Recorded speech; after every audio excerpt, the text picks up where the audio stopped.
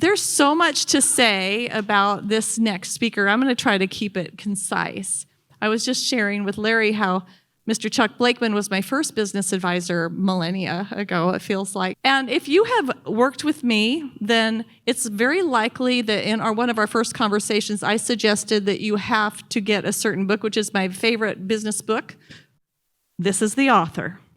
Now, yes, we should give it up for that.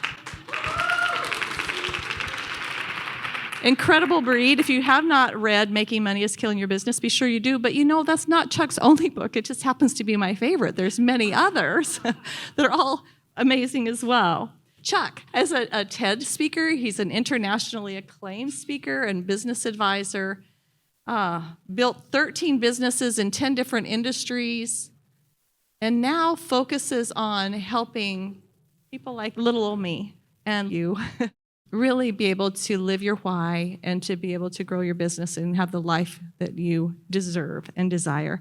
Please help me welcome our dear friend, Chuck Blakeman.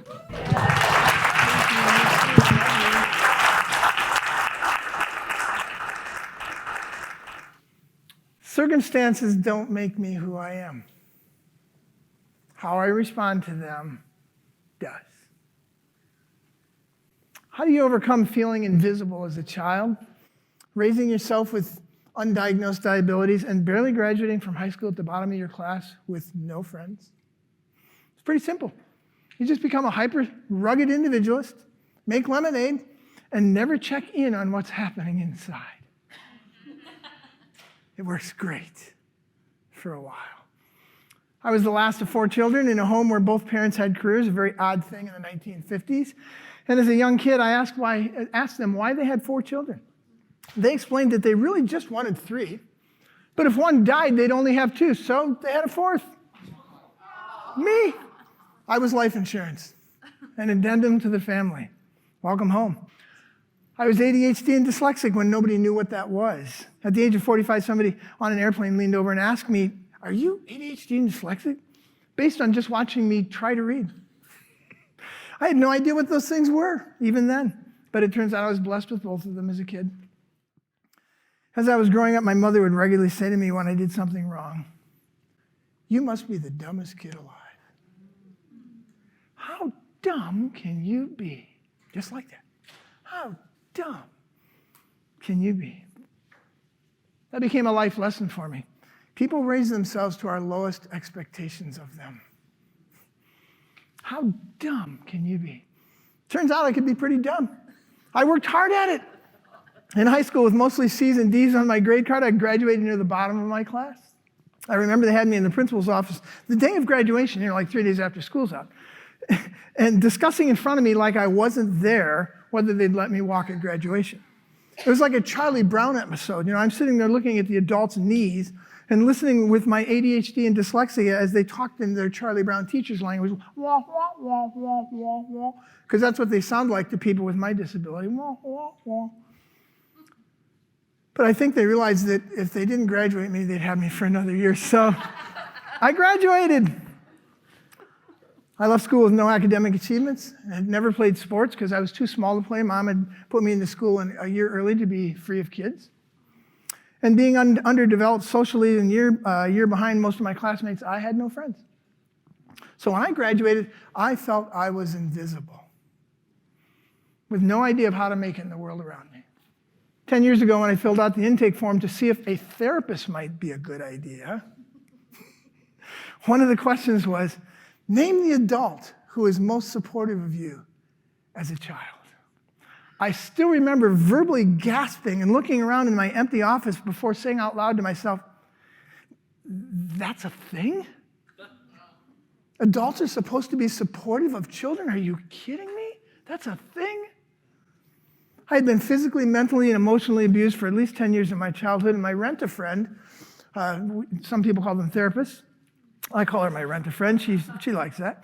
My rent-a-friend later said the worst part wasn't the abuse, but the fact that both my parents knew and stood by and did nothing for my entire childhood. Adult support was not a thing. The first known picture of me is this one. It's a 5th grade semi-mandatory school photo. That's as far back as I go. The Home Alone movie was my life. I got left behind often enough to think it was normal. It's just the way families function. That same year, at 10 years old, I got epically left behind.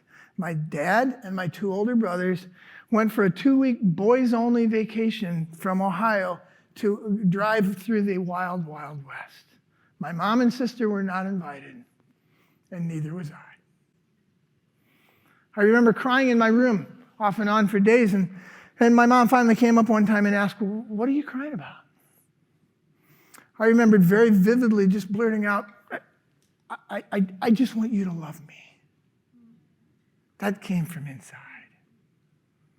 She put her hand on my shoulder and very quietly, in a very quiet voice, said, "Well, that's not how you ask." I had never asked before, and I wasn't ever to ask again. Throughout my adulthood, my sister, who was 5 years older than me, she'd talk about her horrible childhood, and I never understood what she was talking about. I had a great childhood. I had developed a survival story to block out the loneliness.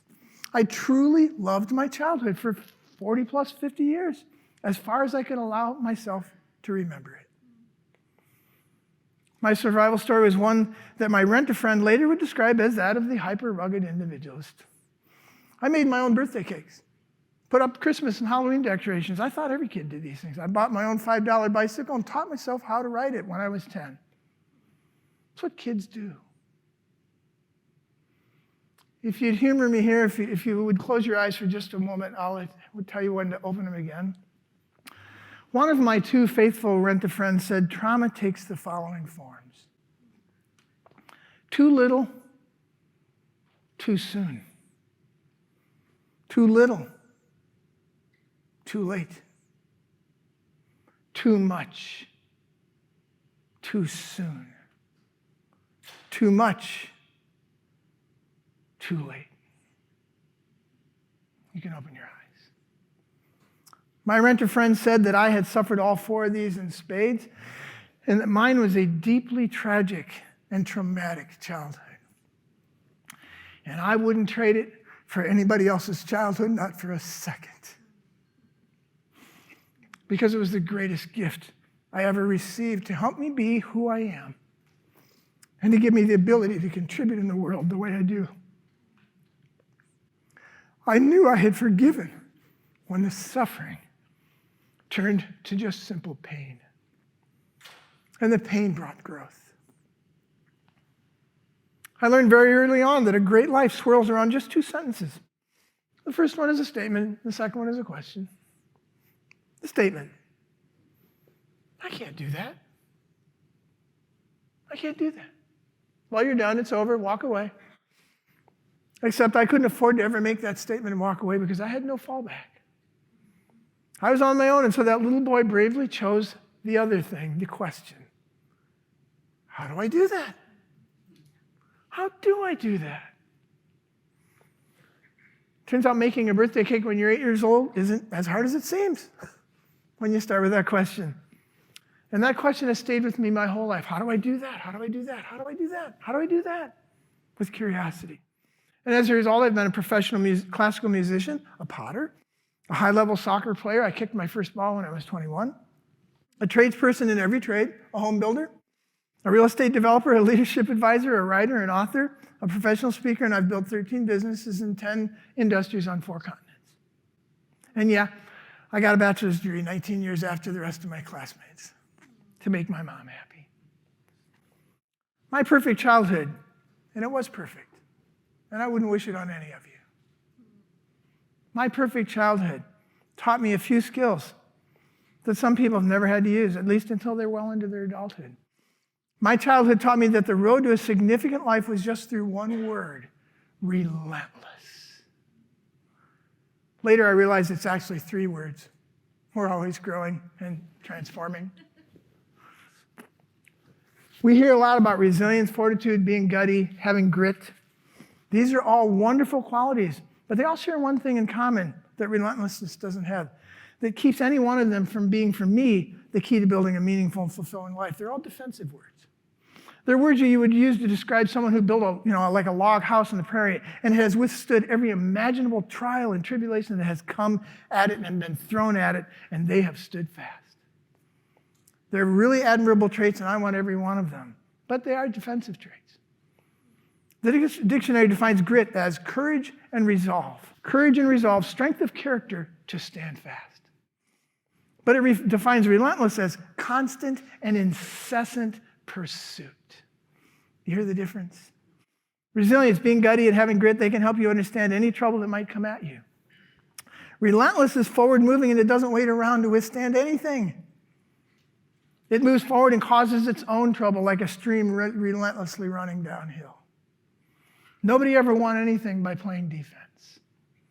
It's forward movement that creates the adventure and its own wonderful brand of trouble to learn from. My life had become a stream relentlessly running downhill. When I was a kid, I was known as the quitter. I quit everything as soon as it got hard. My rector friend said I did that because I had no support system to teach me how to grow into things. Brick walls were just brick walls. You're done. Even my mom called me a quitter. I remember that regularly. But in my 40s, a neighbor who had been around me for a year said, "Chuck, when I picture you, I see a bulldog. You just don't quit." Relentlessness had turned my greatest weakness into my greatest strength. 7 years ago, I had a heart attack. And the doc said I was 20 minutes from death.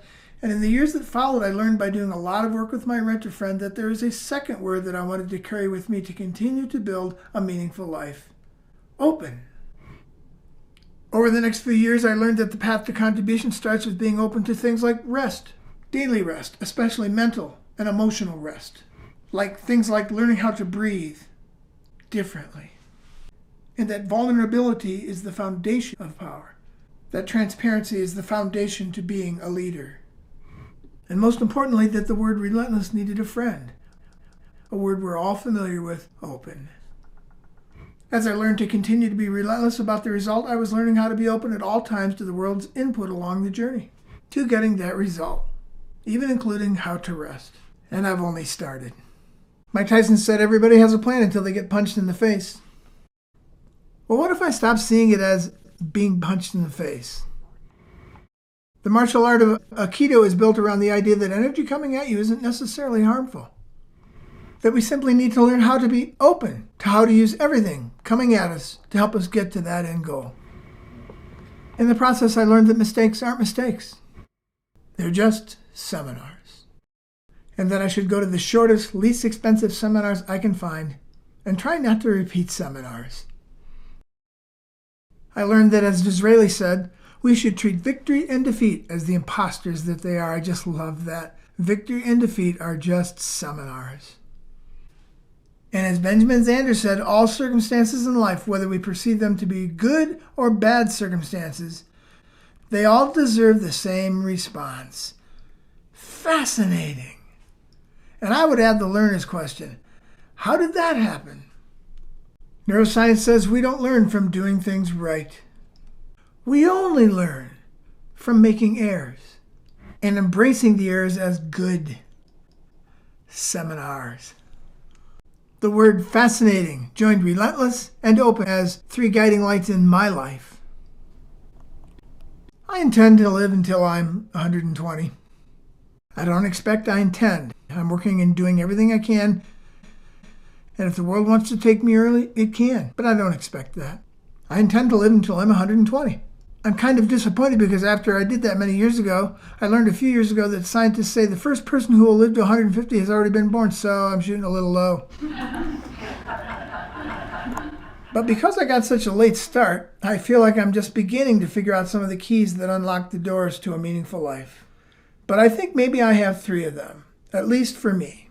Be relentless, forward moving, cause your own trouble, get in trouble, and stay in trouble. Use today to build tomorrow. Be open. Live in a way that invites everything and everyone in to help you get where you want to go. Stop fighting the process, live in community. No more rugged individualist. And be fascinated. There are no mistakes, it's just seminars, and we should learn from them all. Be relentless. Be open. Be fascinated. If you can, will you stand with me? I'd like us all to stand together with hands in the air. Neurologists tell us this is a natural things are great pose. We didn't make it up. It's what our bodies want to do when we're open and fascinated and things are going well. So with your hands in the air, I invite you to repeat these 3 words after me. Relentless. Relentless. Open. Open. Fascinating. Fascinating. Circumstances don't make me who I am.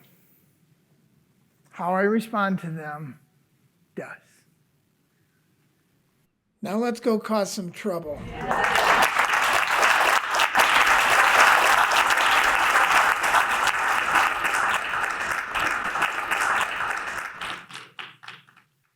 I'm so moved. Thank you. I'm so inspired. Because what I know about this man is he's brilliant. And the fact that you overcame, you are a bright shining light. That you've helped thousands of entrepreneurs. I don't know how many, it's got to be many thousands across the world. I'm just so inspired with one person's stories. I think about each of us like, I don't know your stories. You don't know my story. We don't have to know our stories. But what I see is brilliance in each of you. And a mission and a vision is so big and so palpable. I'm just so humbled and honored that this group has gathered to support and lift each other up. And thank you. Thank you, John.